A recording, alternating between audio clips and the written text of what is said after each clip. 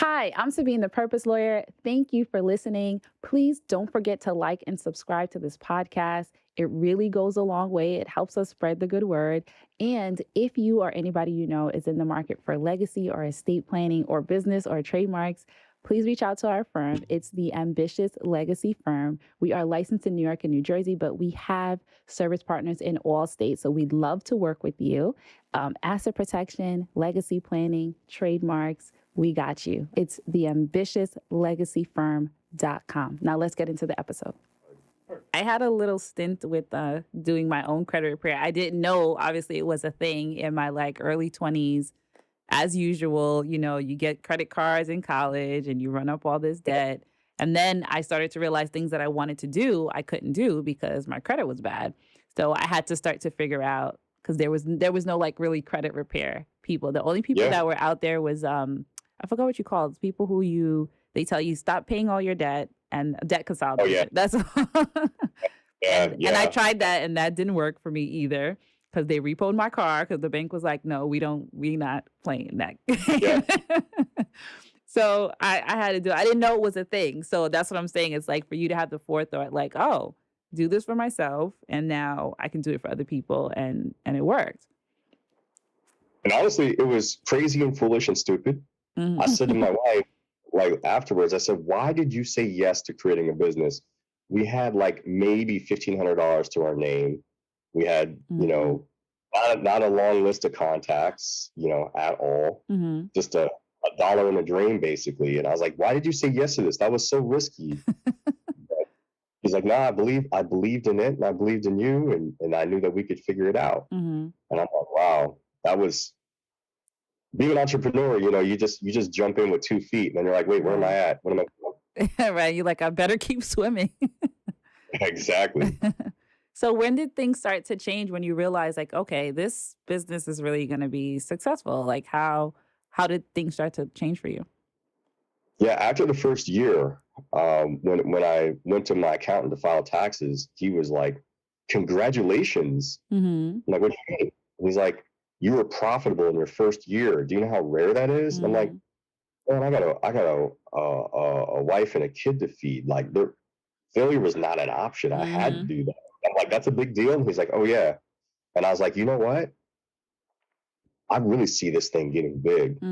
So I told my wife, listen, I can't do anything but work right now. So why don't you go home to, your folks' place for a few weeks?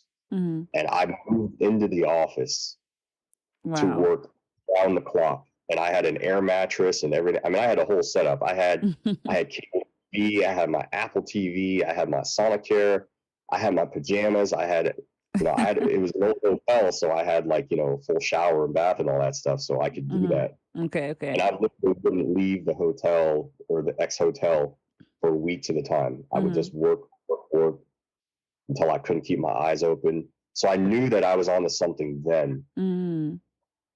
And later on, I just realized the path would also lead to, the rich and famous, which is now what I work with. And I didn't see that coming. Oh, really? So how did that transition go? So, I mean, I assume you hired a team at some point and did all that good stuff. How did you get from there, from the hotel room to now you're working with celebrities? Yeah. So basically I set out to be the best on the planet at understanding credit.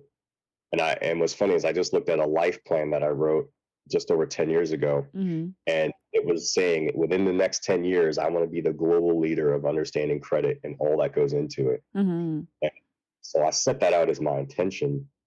But then along the way, basically, I developed a reputation for, hey, this is the guy to go to get your credit fixed. And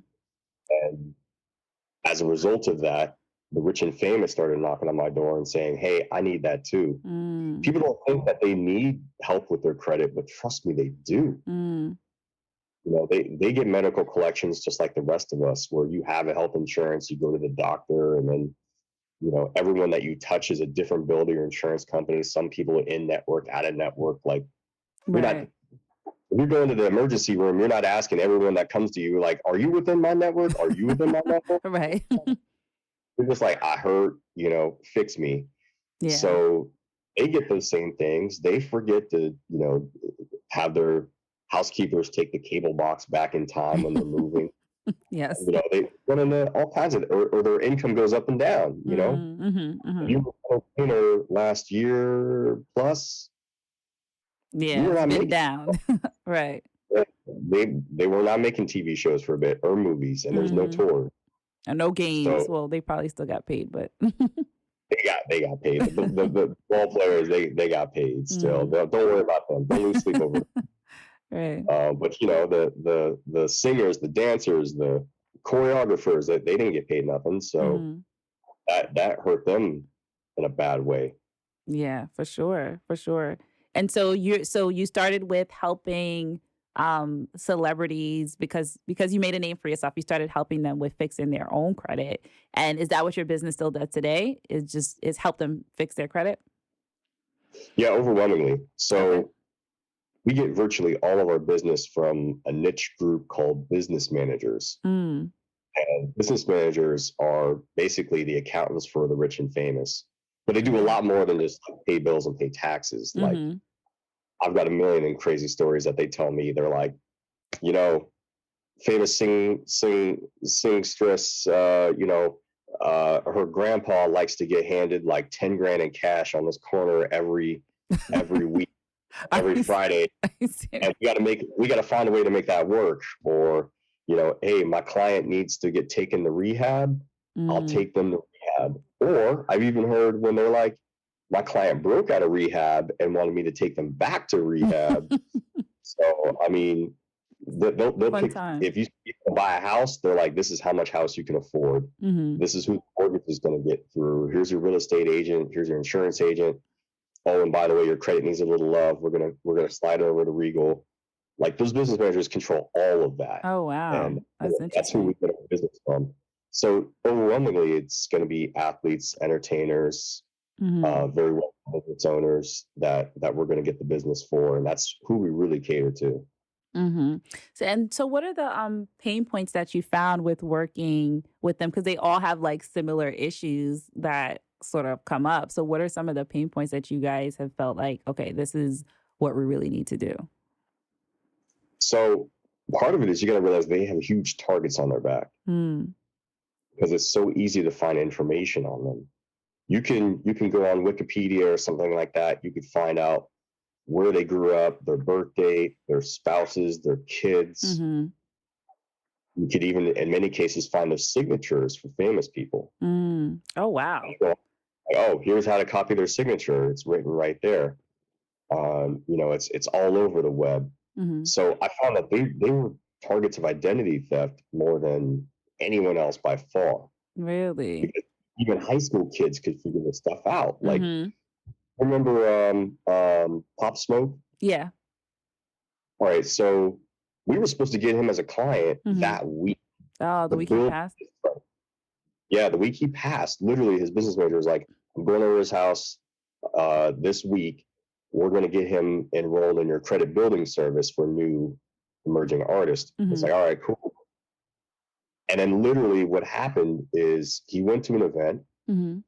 He was given, a fancy watch. Mhm. He went home, put up a picture on his IG account saying like, look at me in this new Wow. Rolly or whatever it was, right? Mm.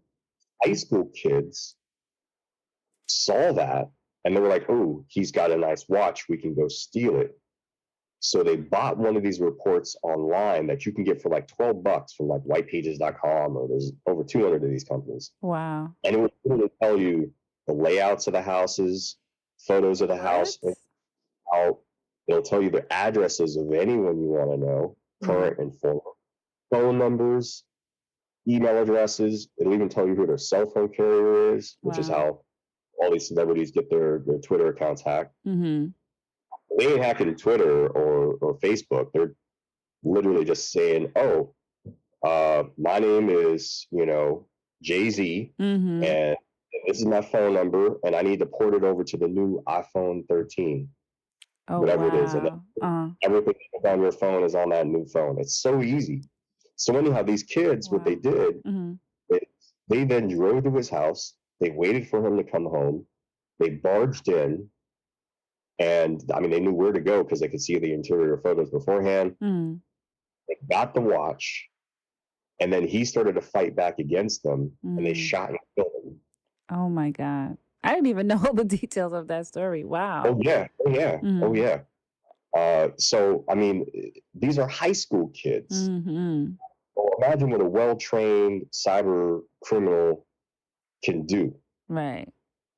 And So that's yeah, we interesting because we've heard a lot of over the years, I believe The Rock had a situation with his house. He had, someone come and break in. Celebrities have their homes broken into all the time, especially with social media. Now, if they're doing posts that are timely and people know exactly where they are, they're like, oh, well, they're not home. So, you know, yeah, I heard also that Dr. Dre, when he was having surgery, when he was getting treated, I think it was for COVID, his house got broken. he had a brain aneurysm. Yes, yes. Oh, yes, yes. That's what it was. Yeah, and so yeah, the news broke on that, and the thieves were like, "Oh, we know he's not home. Exactly. We're gonna go rob him then." Hmm. Crazy, crazy stuff. So how are you helping to sort of like protect these like vulnerabilities? Because I've had clients that are like have had this issue and that they're like, had things exposed and like I cannot, have this happen again and very concerned about security. So like how are they dealing with these? How are you helping to solve this problem? Yeah, so what we do is we go to what's called a data broker Hmm. company, Okay. and that's someone who collects all this data on you, down to registered vehicles that you have in your name, any businesses that you own, family and known associates, contact information for them. I mean, it's a ton of data. Hmm. So what we do is we go and we remove that information and tell them that they have to abide by it, and then we double check to make sure that it's gone. Hmm. And you simply do that 220 plus times because there's over 200 websites. Right. So there's nothing sexy. There's nothing easy about it. You don't just hit a button and it just disappears. Like you Right. gotta, it's playing whack-a-mole, and you gotta beat down 220, and then you gotta make sure it doesn't come back. Hmm. So it's not for the faint of heart, that want to get into it. And some Hmm. people will remove themselves from, the largest five or so, and be happy with that. But Hmm. it's out there. That info's out there, and it will come back. Right, right.